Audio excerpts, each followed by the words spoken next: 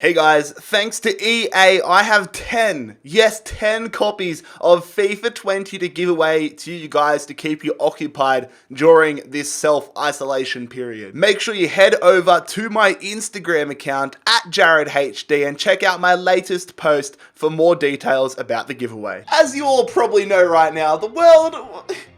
It's a shambles. I think you all know why it's a shambles. I'm not going to say why because YouTube have a fun time demonetizing videos with that word in it. But not only has the thing affected greater society, it has affected sports so much. Right now, the Premier League season and virtually every league season around the world is in complete limbo. Nobody knows what to do. Nobody knows when things are going to clear up or if this is going to be around for the next 6 to 9 months. And lately, I have seen a lot of radical solutions being floated about, talking about what should happen if the Premier League season can't get back underway and what should happen when it does. Because right now, there are massive legal ramifications coming into play because of TV deals, contract deals, everything like that. So the Premier League and the EFL and everything, they need everything back underway as soon as possible. And I actually saw an article a few hours ago which really piqued my interest, and that was to get all 20 Premier League clubs together and into a World Cup style camp. Get all the teams in the Midlands and London and just play out all the games in a ridiculously fast calendar sort of style. So you'd basically be playing like 2 games a week in the same fixture congestion you have in the World Cup. And my mind kind of got racing from this point. We took the initial idea and I've kind of spent the last hour developing it all, thinking of different scenarios, and I've come and put together an idea that I actually really like. I don't know whether it's an idea that makes sense because right now I've been inside for like 2 weeks. I haven't seen another human that isn't an Uber Eats driver, so I might be going a little bit crazy, but I think this could work. So virtually what I am going to do, we're going to have the top 16 Premier League clubs all in their own World Cup knockout style, a group and knockout style tournament. So I've gone down and made 4 groups A, B, C, and D, and then just gone through the current table and put the teams in a group correspondingly, which we will take a look at in a second. But then to stop the championship sides taking teams to court and taking the EFL to court,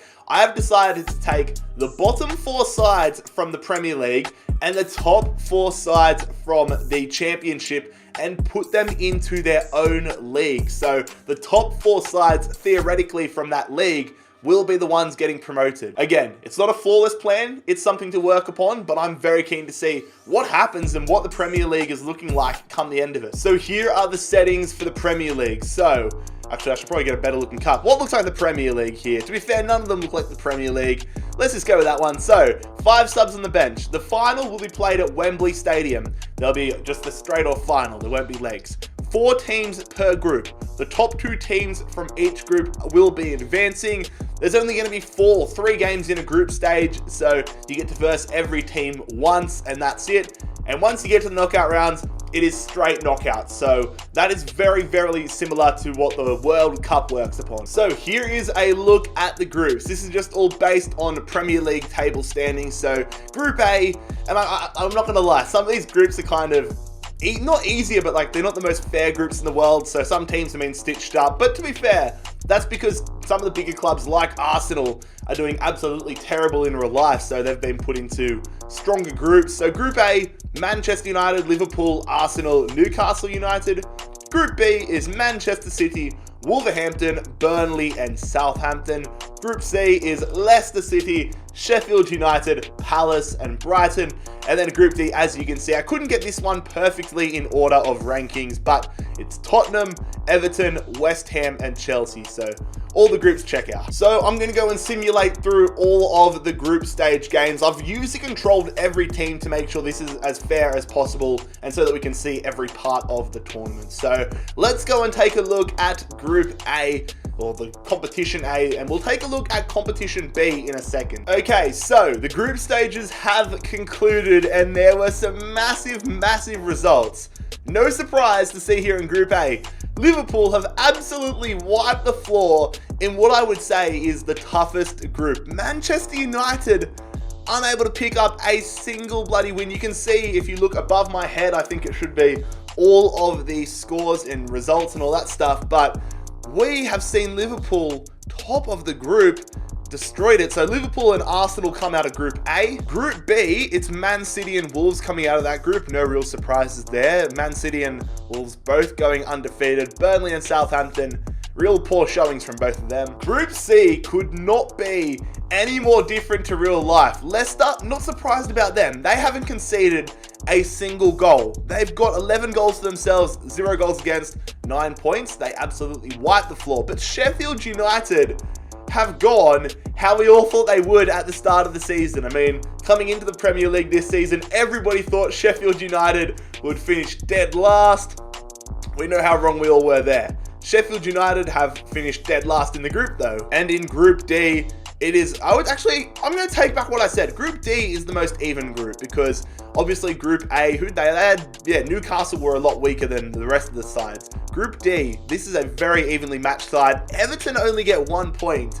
Spurs and Chelsea both through to the quarters. So here are the fixtures of the quarterfinals, and we have a North London derby between Tottenham and Arsenal to check out. Liverpool versus Wolves, Leicester City versus Chelsea, and Man City versus Brighton.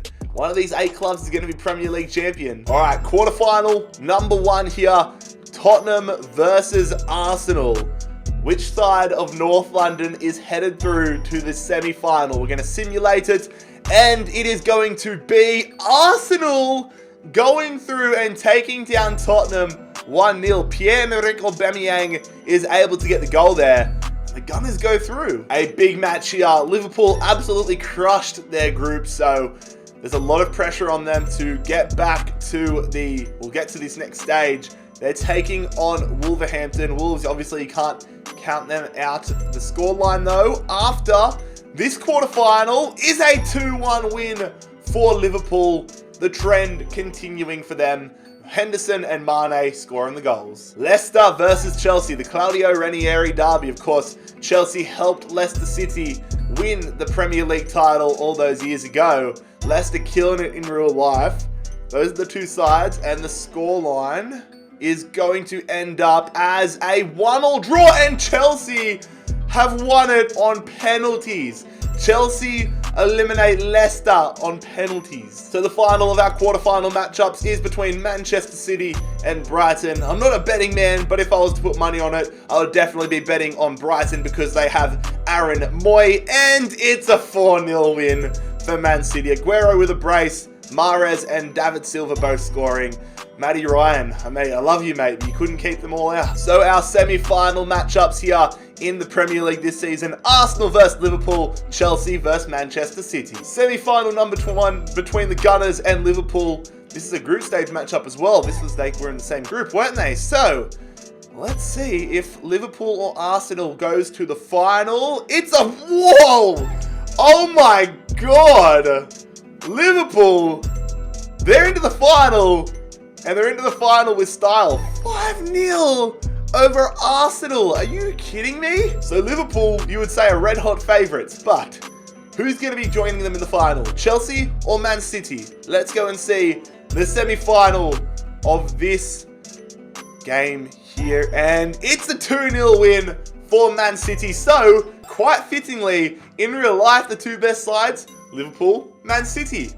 In this simulation, the final is between Liverpool and Man City. But before we see the final, let's go and take a look at how things turned out in Competition B between the relegation battling sides and the top 4 in the championship. So this is what Competition B looks like. I've decided to call it the Battlers just because that's what they are. They're the Battlers. So I've got in alphabetical order, we have Aston Villa, Bournemouth, Brentford, Fulham, Leeds, Norwich, Watford, and West Brom. At the time of recording, this is the bottom 4 of the Premier League and the top 4 of the Championship. So in my mind, I'm going to say it because this is just going to be a one-season thing. I'm going to say that the top 4 teams from this Battlers Conference will be promoted to the Premier League for the 2021 season, and the bottom 4 will be in the Championship. So I'm not going to follow this one as much as the Premier League competition. Let's go and see who got promoted and who got relegated. So here are the results from the Battlers tournament, and Leeds United still can't get themselves into the Premier League. You absolutely love to see it. Their curse rolls on, but there's not too much changing. So Watford, Bournemouth and Villa all survived relegation. Now I promise I didn't rig this, but Fulham, the club I go for, have also been promoted to the Premier League, which I'm very happy to see. Norwich get relegated, whilst Brentford, Leeds and West Brom all stay down. So that's the Battlers division. Now though, the big one. Who will be the Premier League champion? Let's go and find out. It is between Liverpool and Man City. So here we go. It's time for the final at Wembley Stadium between Liverpool and Manchester City in the Premier League. Which club is going to come out on top and be crowned Premier League champion in this weird, not too distant future? Here we go. The champion of the Premier League is Man City. Oh my god, Liverpool haven't mathematically won it in real life, but they can't even win it in this simulated competition. Liverpool fans, I'm sorry, but the curse is going to continue. Lads, I hope you enjoyed this quick little video. I thought it would be a cool idea. Let me know as well in the comment section down below what you think should be happening. I mean, I'm sure if you're a Liverpool fan, you're going to be thinking, we've mathematically almost done it. Like, we haven't mathematically done it, but we've almost done it. Like, nobody's going to catch up on us. Just hand us the title. But what should happen with the grand scheme of English football? Who should be going up? Who should be staying in the league? What is the solution? Because I don't even think football administrators know what's going on right now. But anyways, lads, if you enjoyed this video, make sure you leave a like down below. Subscribe if you are new around here. But I'll see you for the next one very soon. It's been Jared HD here. I'm out. Peace.